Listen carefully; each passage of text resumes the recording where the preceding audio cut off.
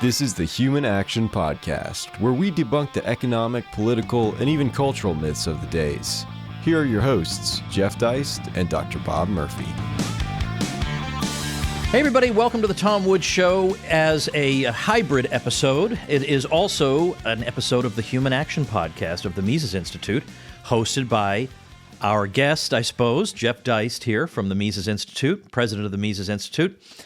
And you may think, wait a minute, if this is both a Human Action Podcast episode and a Tom Woods Show episode, what's really happening here that both of these podcast hosts just got lazy this week and decided to do one fewer episode? No?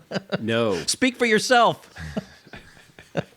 Anyway, well, there's a lot to talk about, but Jeff, you had a blog post I want to make some mention of about money and monetary policy, and we'll get to that in a minute, but I don't know the details of what happened, but I do know that our friend Gene Epstein at his Soho Forum had a debate recently, just days ago, on the subject of national divorce. Our friend Ryan McMaken was supposed to be arguing in favor, but he wasn't able to attend, so they got Frank Buckley, who's a pretty good second-best choice to stand in for that position. But this has become, I think in part because Marjorie Taylor Greene keeps mentioning national divorce, and that's making everybody angry because it's treason to mention national divorce, and how dare she, and she should be impeached. But it's gotten the term out there, and people are talking about it. And it's funny the way they talk about it. Like it's so funny what you're allowed to talk about or conceive of in the U.S. and what is inconceivable. Now, it's okay for Soviet republics to break off. That's no problemo. It's no problem for Norway and Sweden to split apart. No problemo. But there's some kind of divinely given shape and size of the United States that makes it not subject to these rules of more mundane countries. You know, we are one indivisible. It's idolatry, and there's no utilitarian analysis here of, is the Union doing us any good in the first place? It's all this mysticism. Well, it is distressing to see the extent to which even raising the question is pounced upon, right? And I think you said that political arrangements exist to serve us, not the other way around. So that's for starters. The idea that people cannot peaceably walk away from a political arrangement, if that's your belief that they cannot, then there's a lot of things we might call you, but one of them is not liberal. Right? You're not a liberal if you deny people the right to peacefully exit or alter a political arrangement, point blank. And people who call themselves liberals need to go back and read Mises, especially Liberalism and Nation, State, and Economy, to understand what he was getting at. Now, there are some differences, I think, between Soviet balkanization, between Europe and America. We do have a common language here. We have a different history. But nonetheless, the idea that 330 million far-flung people, we have manifest destiny, westward expansion, it's got to be 50. 50 states is a nice round number, and that's the way it's got to be forever and ever. Well, all we have to do is look at a map of Europe from the 1800s to see how radically different things are today. And as a matter of fact, how radically new the current map of Europe is. And it changed at several points throughout the 20th century, but certainly after World War I, and after World War II, it changed dramatically. So nothing's set in stone. I think America, in some sense, will break up or alter radically, even if that's just aggressive federalism. But people fret an awful lot about the geography. In other words, issues surrounding red and blue areas. We don't have the neat dividing line of the Mason-Dixon line or something like that, like we've had in previous parts of American history. And we have red cities. We have blue cities within red states. We have county by county. We have urban versus rural. So people say there's no good, neat lines. There's also problems, geographic problems with respect to federal land, with respect to federal military bases. But what I worry about is more on the economic side. In other words, we have a national currency known as the dollar. We have a national debt, which is now approaching $32 trillion.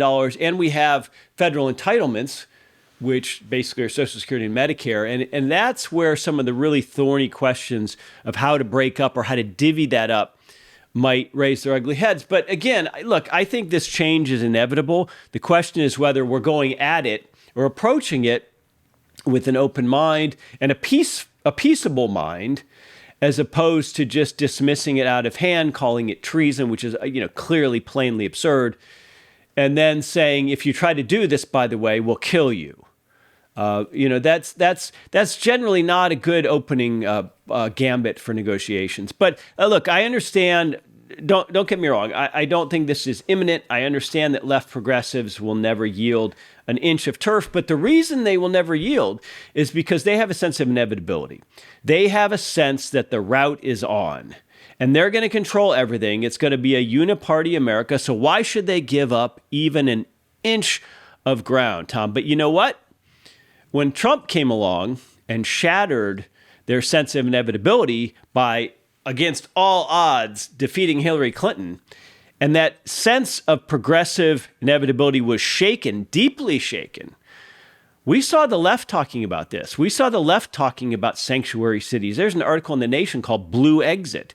It's basically saying, oh, these racist retrograde states, we have to abandon them now. So a lot of the rhetoric surrounding secession tends to involve whether you're currently prevailing or not politically. So right now, progressives say secession is for losers. That's how you know progressives actually are in charge, despite all of their friends in the media making it constantly seem like they're the underdogs and they're the martyrs and they're the people fighting the power. We know progressives are in charge because progressives attack secession as for losers. We know progressives are in charge because progressives no longer want the First Amendment, right? The First Amendment is for losers. The First Amendment is for underdogs. Secession is for losers and underdogs. Progressives currently view themselves as neither. So that there's an interesting subcurrent there. But a couple more punches in the nose in the form of events like Brexit or Trump might convince some more thoughtful progressives to say, hey, there's more of these deplorables than we thought, and they're more stubborn than we thought, and they're living longer than we thought. And the idea that America is going to be minority white, I think that's true, but it might reach a point where the fall off in the white percentage of the population gets stuck somewhere between 40 and 50% and doesn't decline anymore after that. So you're still dealing with perhaps the largest minority in the country. So there's all kinds of things going on here that could affect this debate. So what progressives are saying today is different from what they were saying in 2016. I would point out, by the way, not that it's as significant as the progressive view on this, but there are some, let's say, traditionalist or right-wing voices that view national divorce as a kind of surrender. I was just talking to one on Twitter today who was accusing me of, believe it or not, utopianism because I favored national divorce. And I thought, what could possibly be more utopian than thinking this absolutely irreformable regime could be fixed, given the entrenched interests that are embedded within it, given you think about all the different federal agencies, and every one of them is filled with people whose livelihoods depend on the perpetuation of the current system. I mean, it is beyond unlikely that anything will ever budge there. Whereas, yeah, I'll grant you, national divorce seems unlikely right now. But a lot of things the left did seemed unlikely until they started talking about them. And the idea that it would be utopian to say maybe we shouldn't keep trying to build something that can't possibly work, or I want to get out from under a regime that no matter what kind of person is in power seems to be dead set against me and everything I stand for. I'd like to try something different instead of doing the same thing over and over again. So now, meanwhile, I do want to talk, because you were mentioning the financial side of this. Now, our friend Ryan McMakin has talked about that also, because there are other cases of countries like, for example, Czechoslovakia, with the Czech Republic and Slovakia. They had to deal with these kinds of issues too, and there are likewise other cases.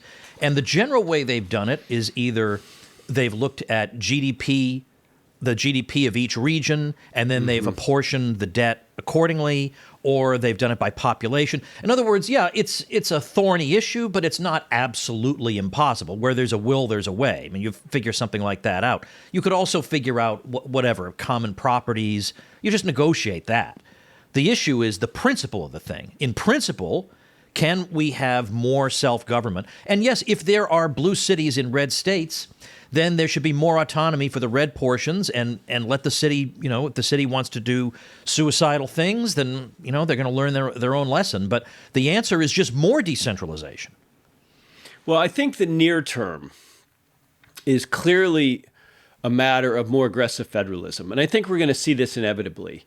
Just as blue states and cities claim sanctuary status against things like immigration rules, you'll see red states do this. And we forget sometimes that the U.S. federal government is an empire with respect to the 50 states, too, not just with respect to Iraq and Afghanistan or trying to bully China about Taiwan or whatever. It's also an empire with regard to the 50 states, which exist very neatly along geographic lines, which already have legislatures, which already have all kinds of infrastructure for self-governance.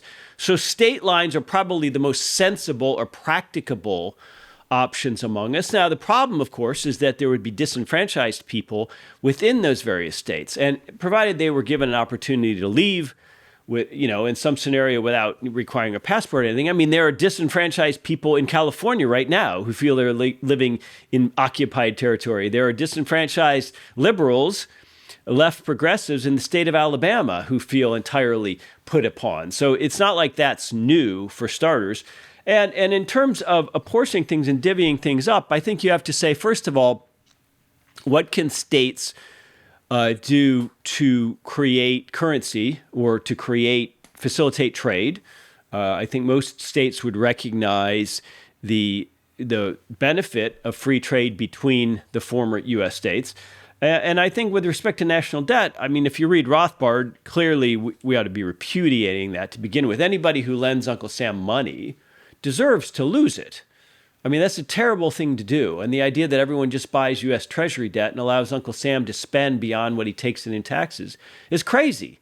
That's like take the worst relative you have, the most lazy, drunken, spendthrift relative you have, who literally spends twice his income or more year after year after year and stubbornly refuses to change his ways. As a matter of fact, doubles and triples down on his ways and says his ways make sense, that deficits don't matter. At some point, you'd probably stop giving that relative more money, right? But we do the opposite here. And so all across the world, sovereign governments, all across the world, central banks, all across the world, big hedge funds, pension funds, endowment funds, all invest, sometimes as required by their own charters, all invest in U.S. Treasury debt. So there's this market, which I would argue is somewhat artificial. And clearly it's artificial when the Fed itself guarantees implicitly that it'll serve as the backstop for U.S. federal Treasury issuance by buying up in QE Treasury debt in the next round of bank failures, let's say. That's a bit of an artificial market. So why do people keep lending money to the spendthrift? And do they really deserve to be paid back at this point, given the fiscal realities of how Congress and FedGov operates? I would argue that they do not deserve to be paid back. In other words, they've made a bad investment, and they, not the taxpayers or the new inhabitants of a newly seceded territory, ought to be on the hook for that. So, a lot of this is political more than mechanical. I think that is true. I think Ryan's point is valid there. But the idea that it's unthinkable, look, in 1982, if you were in Moscow or in Washington and saying that 10 years from now, the USSR will be no more, you would have been absolutely laughed out of the room. And yet, look what happened. Yeah, it's true. Well, here's the situation we have in the U.S. at the moment. Given the hysterical reaction to talking about national divorce, it just calls to mind that we have an elite that thinks it is entitled to direct society. And that includes, in effect, implicitly anyway, granting permission to discuss certain things. They're going to tell us what the agenda is. Our agenda is we're going to talk about taxes, but the positions you're allowed to take are, should the tax rate be here or here? That's the conversation you're allowed to have. Or whatever the crazy, left-wing fad of the moment is, you're allowed to argue within that little range of opinion. But if you talk about national divorce, which Thomas Jefferson would have had absolutely no problem with whatsoever, as he made clear repeatedly, at least in principle, as an idea in principle, well, that's not allowed. The elites haven't given you permission to talk about that. We're the ones who are entitled to direct the quote-unquote national conversation.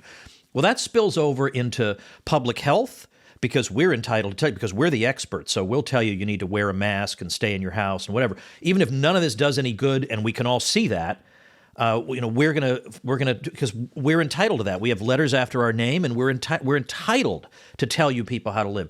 Or when it comes to energy or heating your home, we're going to tell you how you can do that and how much money you're going to spend on it.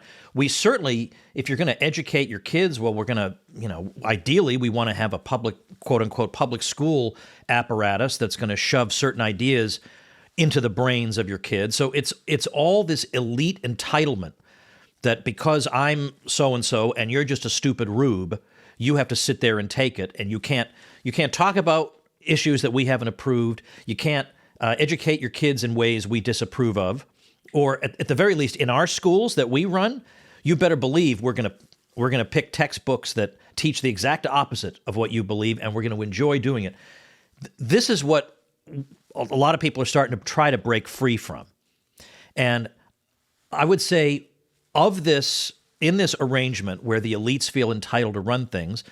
A great example of it is the monetary system itself, that if you leave money to its own devices, well, you're going to get bank panics and depressions. And so we need scientific management of the money, once again, by alleged experts, so that you stupid rubes can at least have a stable economy. Now, we may have our issues with George Selgin, but years ago, he gave a paper at the Mises Institute that just knocked my socks off, where he just impartially evaluated the actual record of the Federal Reserve System, not the mythology that we had wildcat banking and then the Federal Reserve came along and everything got into shipshape. This is just a myth. There's just nothing to this at all. And he just absolutely cut right through it. But it's the kind of myth that every school teacher and every elite wants to perpetuate, because they want this kind of monetary system. It's a monetary system that helps them direct society and resources into the directions they want them directed into. Well, it's true. And I think a lot of the obfuscation is intentional. The idea that money isn't something simple, that it's something we need a policy for. Yeah. Actually, around here we say something for which we need a policy, right? I just put the prepositions at the end. I gave up on that rule. But it's kind of funny how gold worked really well as universally accepted money for a long time, without all these central banks, and more importantly, without the Wharton, Columbia, Yale, Oxford, Cambridge crowd telling us how money's going to work and what interest rates should be. And so that's really fascinating to me, this dichotomy between money and monetary policy, because I think most people understand money on a conceptual level. And in that recent blog post you referenced earlier, I wrote about how shopkeepers and merchants and traders across time, the Silk Road, for example, they all had to deal with different kinds of money and exchange it quickly. And people still do that today in places like Turkey and Zimbabwe. And so people understand money and its utility and sort of how it flows amongst them.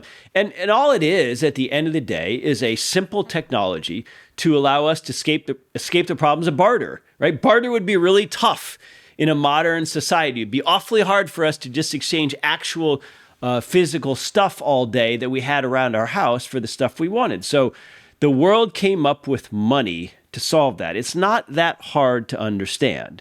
And so how does money have value? Well, ideally, it has value because it has certain properties, it maintains value, it's widely accepted as a medium of exchange. And with gold, which is a very unique type of technology, it has certain properties which make it almost impossible to destroy. In other words, gold can be melted down, but a lot like energy, it never really goes away. So people over time said, well, this stuff doesn't rust, it doesn't melt, it doesn't liquefy, it doesn't stain, so let's use that. Oh, okay. And look, the market decided that, and something better could come along. Bitcoiners claim for example, that something better has come along. That's a separate debate. But nonetheless, we don't need governments. We don't need central bankers. And average people, shopkeepers, can understand money at that conceptual level. And that's all that's required. But this idea that we need a professional financial class exists because we have political money. Because money has become something other than the simple medium of exchange, the simple technology we need to overcome barter. It has become a political tool. And in the case of the United States and our dollar, it has become an instrument of politics and really an instrument of force, an instrument of imperialism in many ways. So we get money unbound from any backing by gold. We get monetary policy, so-called, unhinged by any restraints. And then we get fiscal policy, which is untethered to tax revenue. So you put all this in a blender and the dollar becomes this sort of mysterious thing that needs to be operated. And gosh, we need to worry about the Fed funds rate, and we need to worry about the money supply, and we need to worry about the lending between banks, and we need to worry about treasury debt and this and that. And so money has become very, very complex. And they were so good at making it complex that even amongst economists, monetary policy was considered a particularly wonkish, back burner discipline or specialty. So it really wasn't until arguably Ron Paul came along, and then the tremendous housing crash and the Lehman Brothers collapse of 2007 happened, that interest in monetary policy became a much hotter field.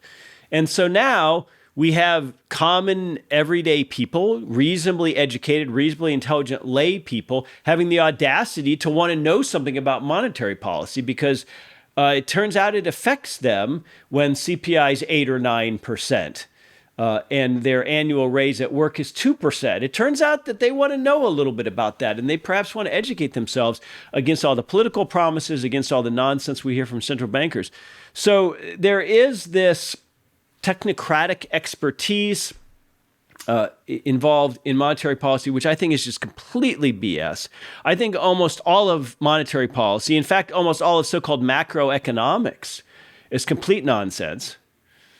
And that this stuff is actually far simpler than advertised. So I would love to see, while we're on the subject of this great awakening, these pivots happening in American society, I would love to see millions and millions of average Americans actually learning about money and questioning the Fed and the monetary system. I think that is maybe among the most important building blocks of any kind of future breakup or future society we might want to have that's on more solid financial footing. Because right now, I think we're on very much quicksand. Well, why is it that regimes around the world latch on to particular schools of thought? It is not because they have taken a dispassionate look and decided this one has more internal coherence, so we're going to latch onto this one. It's that this one gives us what we want. It's that this one justifies what we want to do anyway. So we like economists, which is the vast majority of them, who tell us that we need to be directing the monetary system. We like being told that. Modern monetary theory, MMT, came out of nowhere. And all of a sudden, I wouldn't say swept the boards because it hasn't swept economics departments everywhere, but there are a lot of politicians who signed up for it, not because they sat down and evaluated the merits of it. It's because it sounds like it's justifying what they want to do. So it's not that they don't listen to the Austrians because they've looked and said, well, I don't think that business cycle theory you have is quite accurate because, what about the Panic of 1819 or something? Mm-hmm. It has nothing to do with that. It's entirely self-interested. I would put, in terms of, you were talking about people learning monetary policy or learning about money. In your piece, you recommended a few sources. Now, I want to link on my show notes page to a few things. First, your blog post. Secondly, that George Selgin paper on the true record of the Fed. Thirdly, for people with a more technical turn of mind, I would put Guido Hulsmann's journal article called Optimal Monetary Policy, which is just absolutely hardcore and unforgiving and uncompromising. I would start there. But then really, honestly, for the average person to get a grip on what's really happening with quote-unquote monetary policy, I think what you need to do is just, as you say, understand money. Mm-hmm. If you just understand money, then you can see through whether or not we really need quote-unquote monetary policy. And so the great starting point for so many of us was that simple little book, What Has Government Done to Our Money? I mean, we've had other works since then that have been great, but I think that's as good a place to start as any. Well, you mentioned the idea of economists serving as court economists to the powers that be. And there's a critique on both the left and the right of that, which essentially says economics isn't real. It's not a real science or discipline. It just exists to provide pseudo-intellectual cover for various political programs. So MMT exists to provide the big government, big spending types. And, Austerian Austrians exist to provide cover for Coke industry capitalists who don't want who want the poor to be ground under the wheels of capitalism.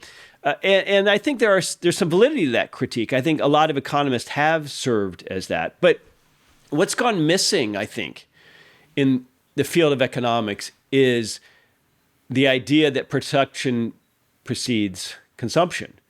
In other words, we have spent the last 100 years in the field of economics trying to figure out how to gin up demand for stuff, how to make money and credit cheaper so that people will buy more and demand more. And that has become essentially a monomaniacal focus of so-called monetary policy. And the left politicians love this because they love the idea that deficits don't really matter, that government spending can be largely or almost unbound, and that we can get all kinds of things we want now politically by paying for goodies later on, kicking the can down the road. Social Security is an excellent example of that. The people who passed the Social Security Act over 100 years ago are now not quite 100 years ago, are all long dead. And at the time, there were 40 workers to every recipient. Now there's 2 or 3 workers to every recipient, and the bill is going to come due. So that's an example of political expediency where you vote for something now and get the benefit of giving people free stuff where the cost comes far later. So in economics, a lot of what we could call, I guess, neo-Keynesian or Krugmanite economists today, that's basically their job. Their job is to provide political cover for politicians who just want to gin up more demand. But as we saw in spades during COVID, demand without supply doesn't work, right? We need people at work producing goods and services. We need capital investment to make those goods and services cheaper. And what we desperately need is deflation. This is an absolute dirty word in demand-side Keynesian economics. So there's a real split here between, I think, 2 irreconcilable views about how you view money in the monetary system and its purpose. And that split mirrors or dovetails, I suppose, some of the political splits out there in this country, some of that divide, call it red or blue, whatever you want to call it. So it really is an interesting time when you've got irreconcilable views on the purpose of money and how money ought to work and operate. I mean, what's the foundation for America as a country at this point? Yeah, it's basically an economic arrangement, and it still works better than most places. We still have a vast trade system.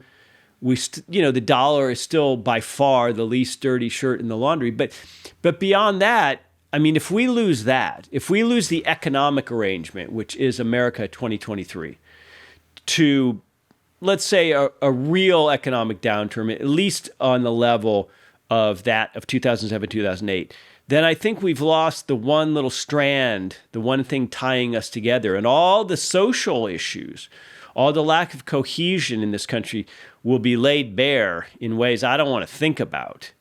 So it's better to be proactive, I think, on these questions. And what we desperately need, I think, is 10 or 15 Ron DeSantis's out there operating their own laboratories, their own states, thinking about what they can do in terms of a dollar or a gold repository, or using cryptos or whatever it might be to protect their citizens against some sort of a crisis at the federal level with the dollar, with debt, with entitlements, with whatever it might be. So I'm far more interested in what can be done at the state and local level than trying to fix DC, which, as you mentioned at the top of the show, I think is unfixable. It's too far gone.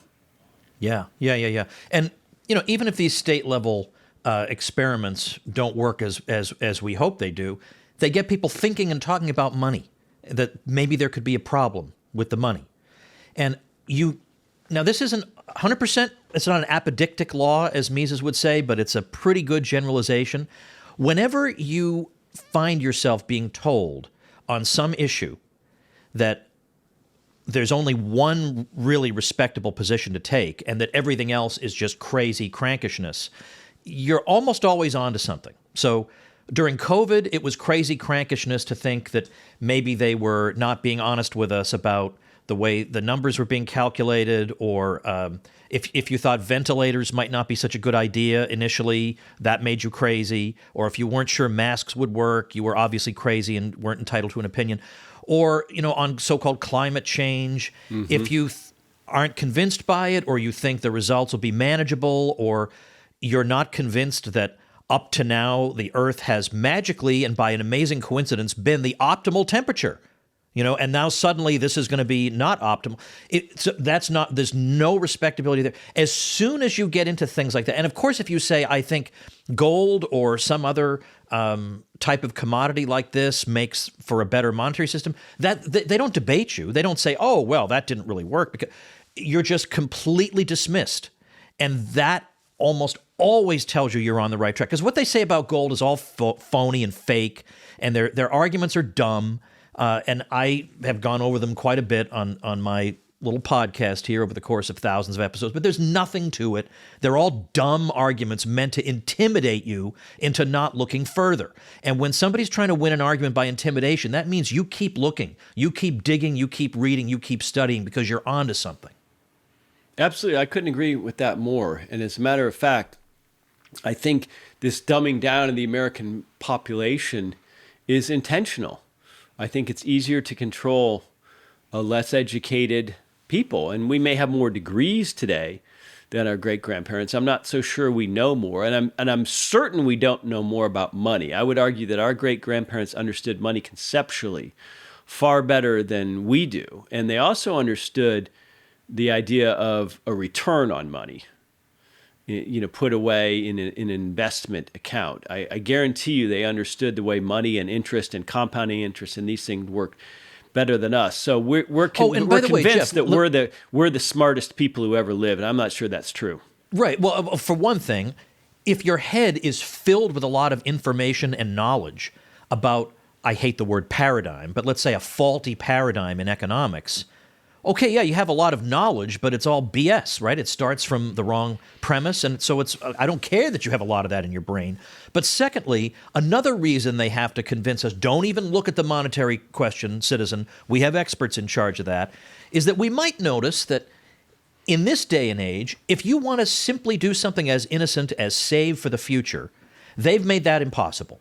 Because, even if they are managed to keep price inflation to 2% a year, the point is the cumulative effect of that between now and your retirement is such that your pile of these dollar bills is going to be decimated in terms of its purchasing power, even if they keep it to 2%, because again, it accumulates. Well, furthermore, you might entertain the thought that, what did people do in the old days? Well, in the old days, and here's the caveat, when gold and silver coins circulated as money, they either held or increased their value. So if you wanted to save for the future, all you had to do was accumulate them. Now, yes, if you wanted to get a higher return, you could also invest that money, but you always had that conservative option of just holding on to them. You don't have that conservative option today. So what do you have to do? You have to go into the stock market. Most people don't have the knowledge to know what they're doing there. They have to do all kinds of risky things that they're not prepared to do just to break even. Mm-hmm. Now, this is a grossly immoral system. And so the way you paper it over is you have a lot of technical calculus and this and that showing that we need to have so-and-so running this and that because otherwise we'll have this or that problem. Well, yeah, that's a smokescreen to get people off the track. But get on the track and you'll realize that the current system is not beneficial to the average person. It is beneficial to certain established interests. And by an interesting coincidence, it seems to persist. Well, it goes to this deeper question. What's the role of economics? Like any social science, it should make us better off. It should help us understand the world. It should make us wealthier, happier, healthier. So what are they doing in the PhD program across the street at Auburn University? They're studying vector calculus, right? So vector calculus was of not much use in 2005 when strippers and taxi cab drivers were buying 4 condos in Las Vegas with no documentation and no money down so that they could turn around and become the new emperors in the unlimited money game. Well, a couple years later, we found out who was an emperor and who wasn't. And a lot of people lost their shirts. A lot of people lost their homes.